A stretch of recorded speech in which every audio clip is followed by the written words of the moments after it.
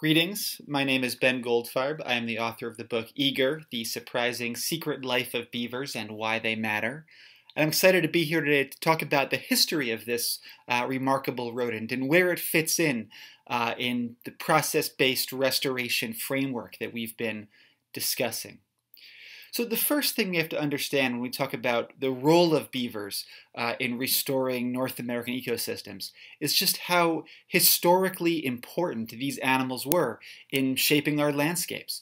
Today there are perhaps 15 million beavers in North America. We don't really know how many beavers exist today. And certainly they're not endangered, but they do exist at a tiny fraction of their historic abundance. We don't know how many beavers lived on this continent prior to European arrival, but certainly it was a number far larger than it is today. The best estimate we have is that there were as many as 400 million beavers in North America when European colonists showed up.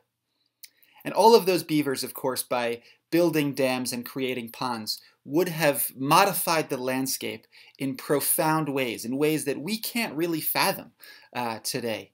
Again, we don't know quite how many ponds and dams all of those beavers would have built, but the best estimate we have is maybe 150 to 250 million beaver ponds.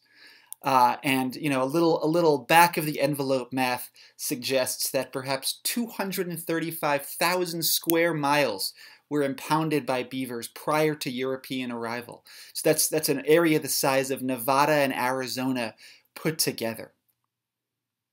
Now, the importance of all of these beaver-created ponds and wetlands was certainly not lost on North America's indigenous people.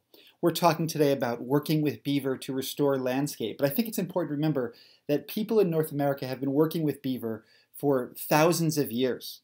Native American tribes like the Blackfeet had cultural prohibitions on killing beavers, considered beavers sacred, and refused to take part in the Western fur trade because they understood how important beavers were in creating these ecological oases where game could flourish in this arid Montana landscape.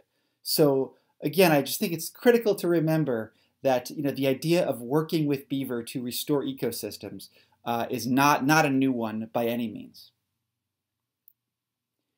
So what did all of these beaver-modified landscapes look like? What did North America look like before Europeans showed up? Of course, it's very hard to say because records are scant. But by reviewing native oral histories, trappers' records, explorers' diaries, railroad surveys, we can get a little flavor for what a green, blue, lush, complex landscape this was prior to fur trapping. Here's a great testimonial from Meriwether Lewis of Lewis and Clark fame, who in the Missouri Basin in Montana described seeing beaver dams in every single tributary of the Missouri as far as the eye could see up to the base of the mountains. So that was in 1805 that Lewis and Clark described seeing beaver dams in every Missouri tributary.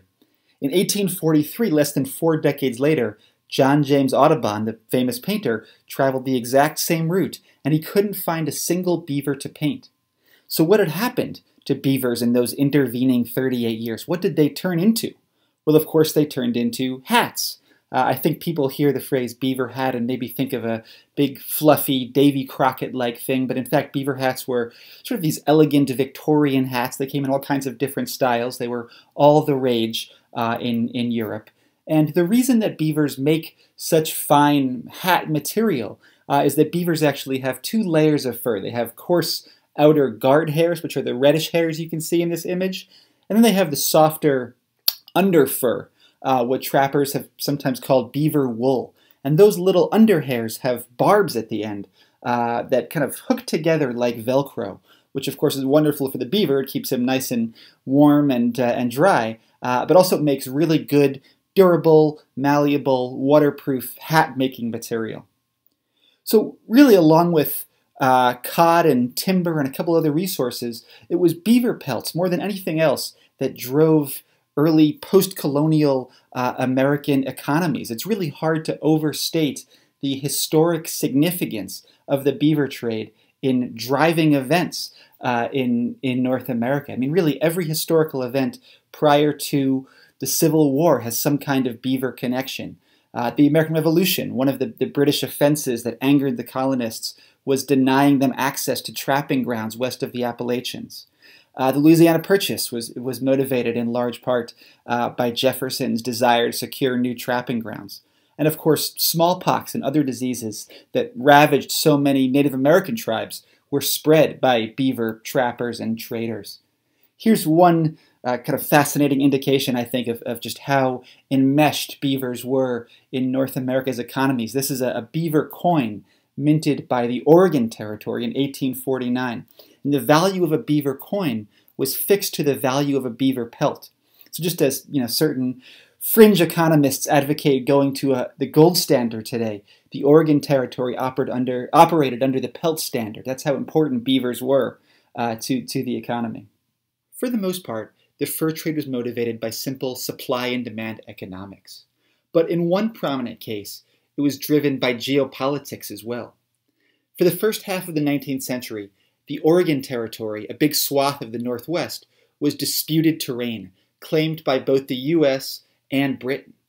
The Hudson's Bay Company, the big British-controlled fur monopoly, wanted to keep American settlers out of the Northwest, thereby ensuring that it would eventually fall into British hands. So to do that, they established a policy that became known as the Fur Desert, a ruthless eradication of every single beaver and every single tributary throughout the Oregon Territory. The guy in this picture is Peter Skeen Ogden, the Hudson's Bay Company trapper tasked with carrying out the Fur Desert policy. And he described in his journals trapping pregnant females, a practice that the Hudson's Bay Company ordinarily avoided. So thanks to this ruthless fur desert policy, the Northwest was entirely stripped of beavers by the 1830s. In addition to being a hugely significant historical event, the fur trade was also a profoundly important ecological event. We don't talk about beaver trapping in the same terms as other seminal environmental disasters like the deforestation of New England or the busting of the Midwestern prairie. But there's no question it was in the same ballpark as those early environmental, earth-changing forces. When you trap out hundreds of millions of beavers, hundreds of millions of beaver dams break down, and hundreds of millions of acres of beaver ponds drain to the ocean. In the Northeast, so much organic matter flowed from busted beaver dams and beaver ponds that it fertilized a plankton bloom that settled to the sea floor and is still visible in ocean sediment today. The loss of beavers also modified thousands of miles of stream systems all over North America. In a healthy, beaver-rich stream, all of those beaver dams are acting as speed bumps, slowing the water down, pushing it out of the floodplain, allowing it to infiltrate into the groundwater and raise the water table. But when you trap out beavers and lose those beaver dams, there's nothing checking the velocity of water, and streams tend to downcut really rapidly, like this one here. And you lose that stream-floodplain connection. So all over the country, all over the continent, thousands and thousands of stream miles lost their floodplain connection, downcut, and lush, irrigated wetlands became dry, largely barren pasture lands. Of course, the loss of all of this beaver-created pond and wetland habitat would have been disastrous for species across many, many taxa. This is a boreal toad, a species that breeds in many places almost exclusively in beaver ponds. So we know that amphibians would have suffered a catastrophic loss of habitat in many places. Of course, moose are tightly linked to beaver and benefit from the riparian habitats that beavers engineer. Waterfowl, like wood ducks, basically every species of waterfowl does really well in the presence of beaver. Songbirds, passerines, perch in the beaver-created coppices, the dense willow shrubs that grow along beaver ponds. Even butterflies. This is the rarest butterfly in the country, the St. Francis satyr, which lives in North Carolina almost exclusively in the kind of successional wetland habitats that beavers create. Salmonids, like this juvenile steelhead, are another prime beaver beneficiary, and the loss of beavers and the habitats they engineer would have been a profound loss for practically every species of salmonid in North America. Now, the critical thing to remember as you consider the fur trade's impacts is the fact that dam-building beavers have been on the North American landscape for at least 8 million years, giving other species that long to co-evolve with them. My favorite bumper sticker is "Beavers taught salmon to jump," right? I think that gets at the evolutionary connection really nicely. That all of the species that I just mentioned have gotten acclimated to the impacts of this ecosystem engineer and keystone species. That this is a landscape that beavers fundamentally engineered, and other species have profoundly adapted to that. Here's, I think, a nice illustration. This is a stream in western Washington outside of Seattle, and there in the top right you can see the Beaver Dam, and on the bottom left, in the pond behind the dam, are two fresh dug coho salmon reds or nests. So beavers taught salmon to jump. That captures the evolutionary connection nicely. Now, by 1900 or so, the beaver population had reached its nadir. There are only about 100,000 beavers left in North America, nearly all of them in Canada. Beavers had been virtually extirpated from the lower 48. But around that time, in the early 1900s, the tide begins to turn. Fish and game departments around the country start to recognize, hey, these are really important, valuable animals. As Enos Mills, the naturalist and peer of John Muir's put it, a live beaver is more valuable than a dead one. That was kind of a heretical notion for a few hundred years, but fish and game departments begin to catch on to that concept. So there are beaver reintroduction projects occurring in California, Oregon, Washington, Utah. New York had a very large one that helped to repopulate beavers all over the Northeast. Of course, the most famous beaver reintroduction project occurred in Idaho, where beavers were airdropped via parachute in 1948 into what is today the Frank Church Wilderness. And that was actually a highly effective project, believe it or not. 75 of the 76 beavers survived. One, unfortunately, escaped from his crate and fell to his death.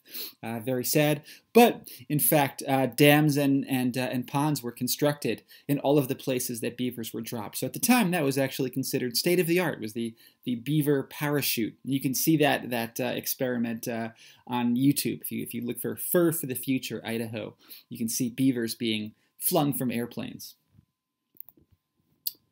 So throughout the 20th century, beavers are recovering thanks to trapping restrictions and reintroduction programs. Beavers are bouncing back, but they find that in their absence, we have colonized the landscape. Right? It turns out that good beaver habitat and good human habitat are essentially one and the same. We both like low gradient river valleys and fertile floodplains. We settle near streams, right? That's where we build our roads and our rail lines and our towns and our farms, are the same places that beavers had historically occupied. So when beavers return to a country that has been thoroughly settled by humans, conflicts ensue. And I would argue that it's the humans, not the beavers, who are fundamentally the nuisance, but there's no question that beavers can be troublesome. This is a set of railroad tracks in Massachusetts that I visited that had recently been refurbished for about $1 million, and within a couple of months of their completion, beavers had them underwater. I like this picture. This is a house near Taos, New Mexico, that beavers flooded, and you can see actually, if you look closely, that in the top left corner of the screen, beavers began their dam sort of on the top left there.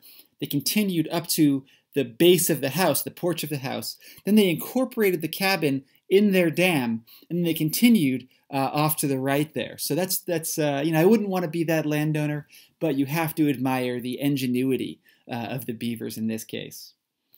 Of course, the most common beaver conflict is damming and road culverts. To a beaver, of course, the culvert is basically the leak in the dam, and beavers are very leak-oriented. They want to plug up that hole and raise the water level so the road washes out. Very expensive to maintain. And occasionally, beavers get a little more creative in their mischief. This is a beaver that broke into a dollar store in Maryland and was browsing the plastic Christmas tree rack when it was apprehended. So beavers get into all kinds of unusual trouble. And the way that we tend to handle beaver conflicts, of course, is by trapping out the offending beaver. Every year, the Department of Agriculture kills around 20,000 beavers in the U.S. Private trappers take tens of thousands more, quote-unquote nuisance beavers. And, certainly there's an intuitive logic there. The beavers are causing a problem. Get the beavers out of there. But the problem with our knee-jerk, reflexive, lethal approach to beaver management is twofold. First, of course, is that when you remove the beavers, you're also potentially eliminating whatever pond and wetland habitat they're creating that we know is so important. But secondly, of course, when you kill beavers, all you're doing is putting up a vacancy sign for the next family of beavers, right? As long as the habitat is still there, the beavers will be back. So I think in his talk, Nick Bowes is going to address some specific ways for living with beavers. But I really wanted to emphasize the importance of coexistence and the fact that our reflexive, knee-jerk, lethal approach to beaver management is not only ecologically unsound, it also overlooks the historic prominence of beavers on the landscape and just how important and ubiquitous these animals used to be. So the question I want to leave you with, and that I want you to ponder as you listen to these process-based restoration talks, is what should an aquatic ecosystem look like, and how should it function? And given that beavers were so historically abundant and consequential and influential, they're not more widely accepted and embraced as a restoration tool. And I think the answer comes down to historic memory or our lack thereof. When we trapped out hundreds of millions of beavers and all of those beaver dams broke down and their ponds drained, we internalized a conception of a stream as a free-flowing, fast-moving, gravel or cobble-based as a system, just shooting like a string or a ribbon through the landscape. That was, sort of what became natural and normal to us, was this kind of fundamentally beaverless ecosystem, as opposed to the conditions that existed historically, the pre-colonial conditions, in which so many aquatic systems would have been heavily modified by beavers. Instead of free-flowing, straight, single-thread streams, we would have seen very complex impoundments or systems of impoundments, very sluggish, murky, braided, multi-threaded channels with dead and dying trees and woody material all over the place. And maybe that's intuitive to some of you folks in the restoration community, but I think that for the vast majority of the public, the notion of a beaver-modified channel as a fundamentally healthy and natural and normal one is a pretty foreign concept, because again, we've internalized a beaverless ecosystem, a beaverless landscape, as a normal one. As we listen to these process-based restoration talks today and think about what process-based restoration means, I think what's critical to keep in mind is that it's not only about making functional aquatic systems, it's about restoring landscapes to the conditions that existed prior to the ecological catastrophe that was the fur trade. It's about bringing back a kind of landscape that was nearly extirpated from North America. So it's not just about providing ecosystem services. It's about fundamentally righting an environmental wrong in some ways. So with that goal in mind, I'll turn it over to the next speakers who will talk more specifically about how we take these concepts of process-based and beaver-modified systems and actually operationalize them and make them happen on the landscape. Thanks for listening.